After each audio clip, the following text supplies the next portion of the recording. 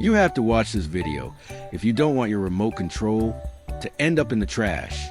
This remote was already considered beyond repair. But in the next few minutes, I'll bring it back to life right in front of your eyes. Let's begin. I'm going to quickly test each button so you can see clearly. All the other buttons still respond normally, which means the control circuit is still working. But the power button has absolutely no signal. This tells us the problem isn't with the whole device, but is focused precisely on this button. To fix this issue, I need to open the casing, because the power button and the control circuit are located inside. The power button usually stops working due to a few common reasons: wear and tear, dirty contacts, cracked solder joints, or a broken signal trace.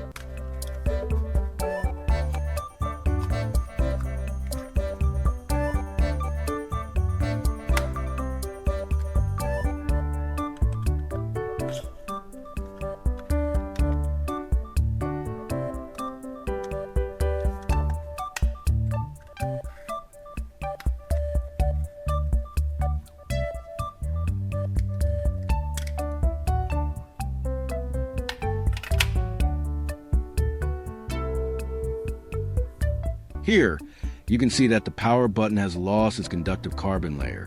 This layer is responsible for conducting electricity. When we press the button, when it wears out or peels off, no matter how hard you press, the signal can't pass through, and that's exactly why the power button doesn't work.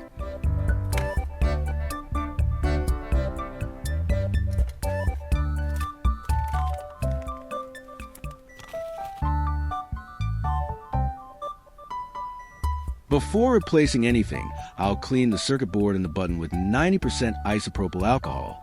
This helps remove dust, grease, and leftover oxidation, so the contacts are completely clean and the repair works as effectively as possible.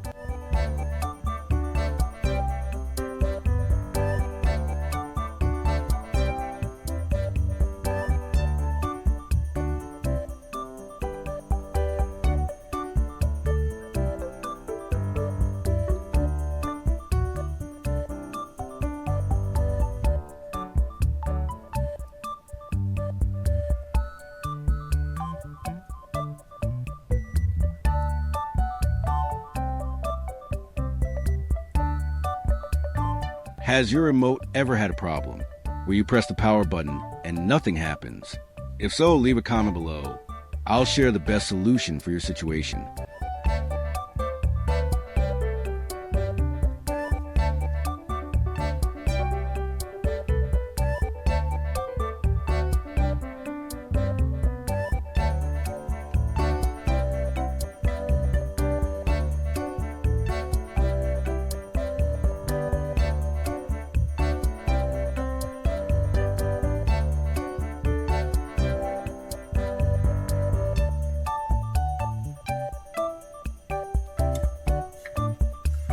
I'm not rushing this. I clean each area carefully, one by one, to make sure nothing is missed.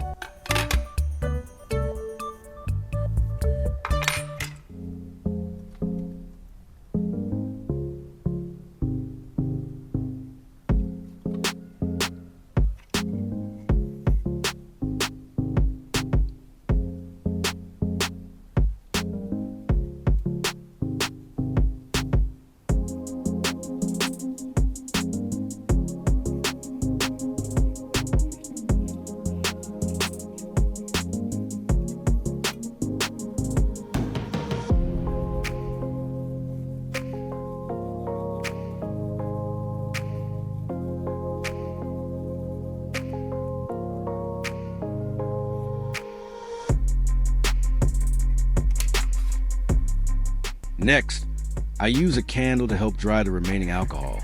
I only heat it gently and keep a safe distance. The goal is to speed up evaporation, not to heat the circuit board. If you don't have a candle, you can let it air dry naturally, or use a hairdryer on cool air mode.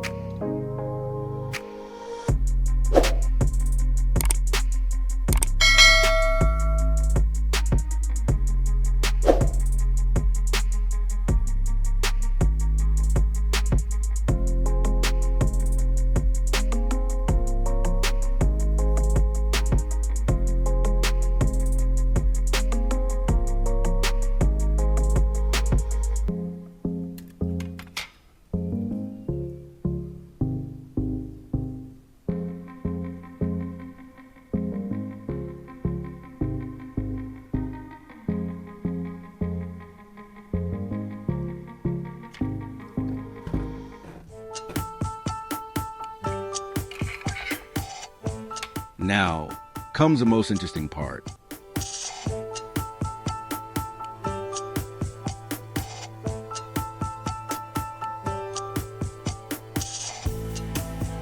I'll use a very common household item to replace the carbon layer of the power button.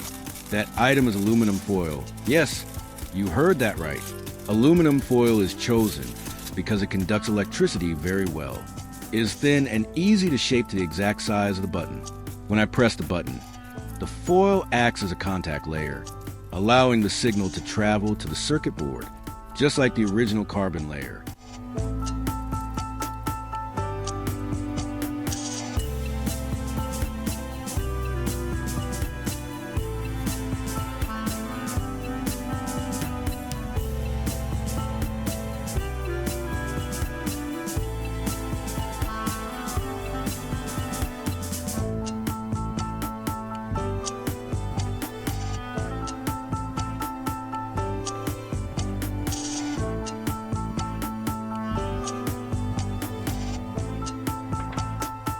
Securing it with proper adhesive is very important because if the contact piece shifts, the button will work inconsistently.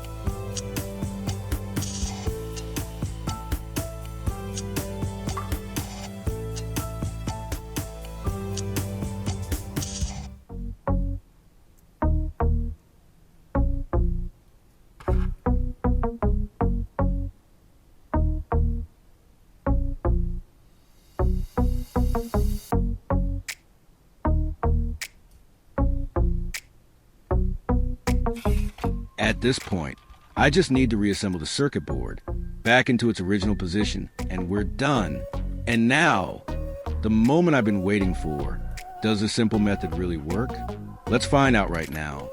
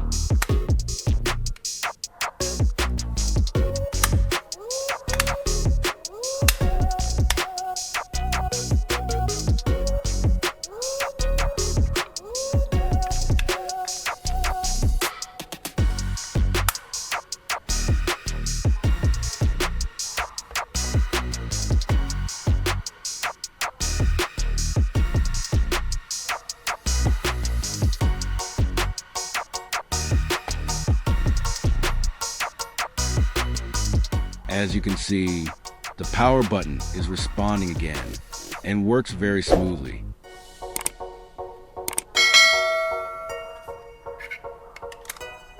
Let's take it into real-world testing together.